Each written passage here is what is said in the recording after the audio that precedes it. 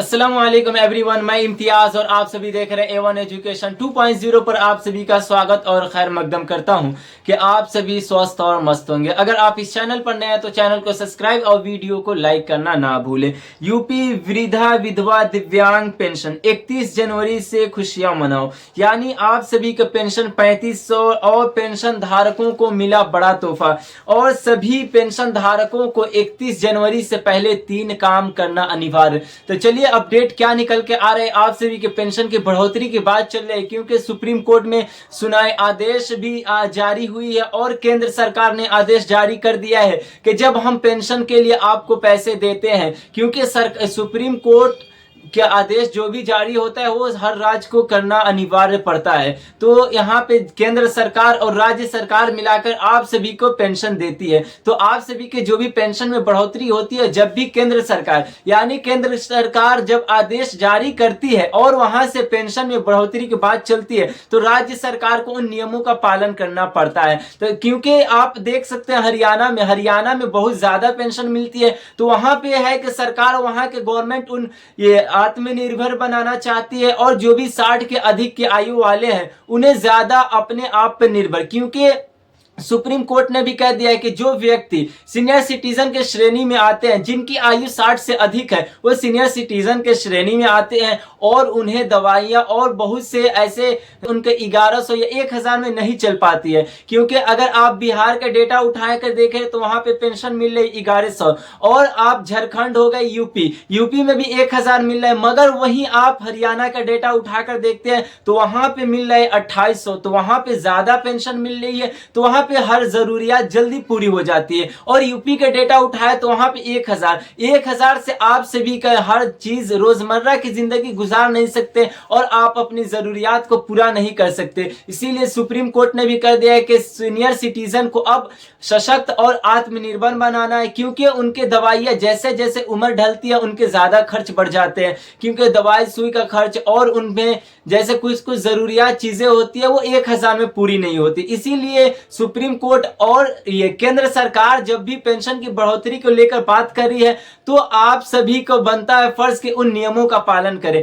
क्योंकि अगर आप इन नियमों का पालन करते हैं तो आप सभी का पेंशन अगले महीने से बंद होने वाली है। और किन व्यक्तियों का पेंशन अगले महीने फरवरी से बंद हो जाएगी, क्योंकि जो व्यक्ति इस नियम का पालन नहीं करेंगे उन सभी का पेंशन बंद कर दी जाएगी। तो अगर आप इस वीडियो को देख रहे हैं तो पूरी वीडियो को देखें। अगर वीडियो पूरी नहीं देखते हैं तो आपको सारी जानकारी नहीं मिल पाएगी और आपका पेंशन रुक जाएगी अगर आप 3 नियमों का पालन नहीं करते। तो यहां पर साफ साफ लिखा गया है कि जो व्यक्ति पेंशन उठाते हैं, यानी जो व्यक्ति पेंशन के श्रेणी में आते हैं, जिनकी आयु 60 से अधिक है वो पात्र व्यक्ति हैं। और महिला जो व्यक्ति जो पेंशन के पात्र व्यक्ति है उनकी आयु जो 58 साल होनी चाहिए, उसके बाद वो पात्र व्यक्ति बन जाते हैं, यानी पेंशन के श्रेणी में आ जाते हैं, उन्हें पेंशन का लाभ मिलती है। तो उन्हें किन किन नियमों का पालन करना है, तो यहाँ पे साफ साफ लिखा गया है कि जीवन प्रमाण पत्र, यानी आप सभी को पेंशन मिलती है तो सबसे पहले जो इसकी डेट रखी गई 31 जनवरी, अगर आप 31 जनवरी से पहले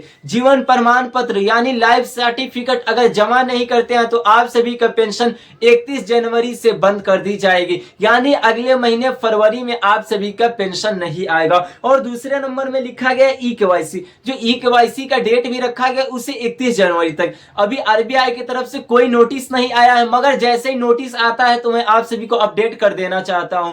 तो अगर आप वक्त रहते हुए ई केवाईसी और लाइफ सर्टिफिकेट यानी जीवन प्रमाण पत्र जमा नहीं करते हैं तो आप सभी का पेंशन अगले महीने से बंद कर दी जाएगी।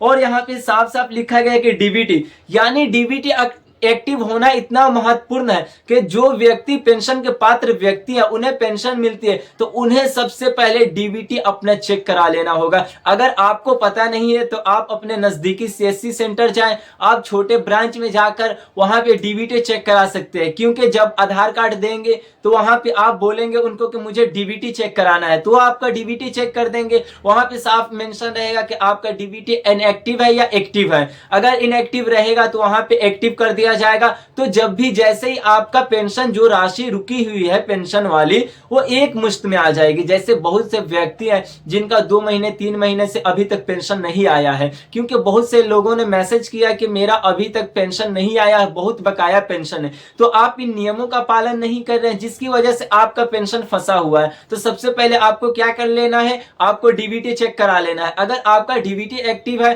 तो आप सभी का जो भी बकाया पेंशन था उसे अगले महीने यानी फरवरी में, और फरवरी के पैसे भी मिलाकर और आपके पिछले बकाया पैसे भी एक साथ भेज दिया जाएगा। और आपको जो जीवन प्रमाण पत्र की डेट रखी गई है वो 31 जनवरी तक। अगर आप 31 जनवरी तक इन नियमों का पालन नहीं करते हैं तो अगले महीने से आप सभी का पेंशन बंद हो जाएगी।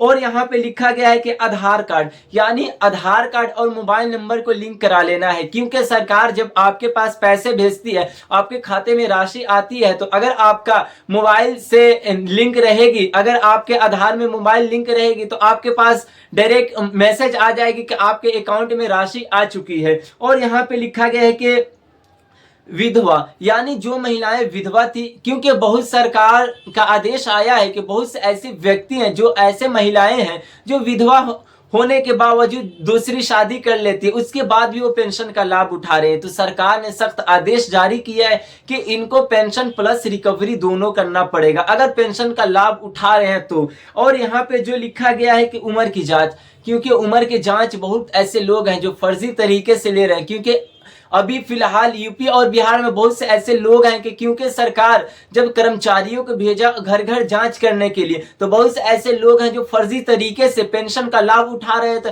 इसमें बहुत पकड़े गए हैं। क्योंकि आप डेटा उठाकर और गूगल कर सकते हैं तो आपको मिल जाएंगे कितने लोगों का नाम इसमें दर्ज हुआ है। और यहाँ पे लिखा गया है कि दिव्यांग, यानी बहुत ऐसे दिव्यांग लोग हैं जो फर्जी मेडिकल, यानी अगर उनकी डिसेबिलिटी 20 से 30 के नीचे भी है फिर भी वो मेडिकल सर्टिफिकेट फर्जी तरीके से मेडिकल सर्टिफिकेट का यूज कर रहे हैं, उसका लाभ उठा रहे हैं, और सरकार के पेंशन का लाभ वो फर्जी तरीके से उठा रहे हैं। इस पे भी जांच कड़ी की जा रही है। और यहाँ पे लिखा गया है कि मृत्यु के बाद, यानी जो व्यक्ति की मृत्यु हो जाती है उनके घर वाले पेंशन ना ले, क्योंकि सरकार का कहना है कि जो पात्र व्यक्ति है उन तक पेंशन नहीं मिल पा रही है, उनके घर वाले उस पेंशन का लाभ उठा रहे हैं, तो उनके घर वाले का फर्ज बनता है कि उनका जल्द से जल्द पेंशन बंद करा ले। नहीं तो अगर जांच में पकड़े जाएंगे तो आपको पेंशन प्लस रिकवरी दोनों करना होगा। तो सबसे पहले आपको इन 3 नियमों का पालन करना है, क्योंकि आपके पास मात्र 10 से 11 दिन का वक्त है। अगर आप जीवन प्रमाण पत्र साल या 6 महीने में एक बार जमा नहीं करते हैं तो आपका अगले महीने से पेंशन बंद हो जाएगी। तो ये थी आज की काफी महत्वपूर्ण वीडियो। धन्यवाद।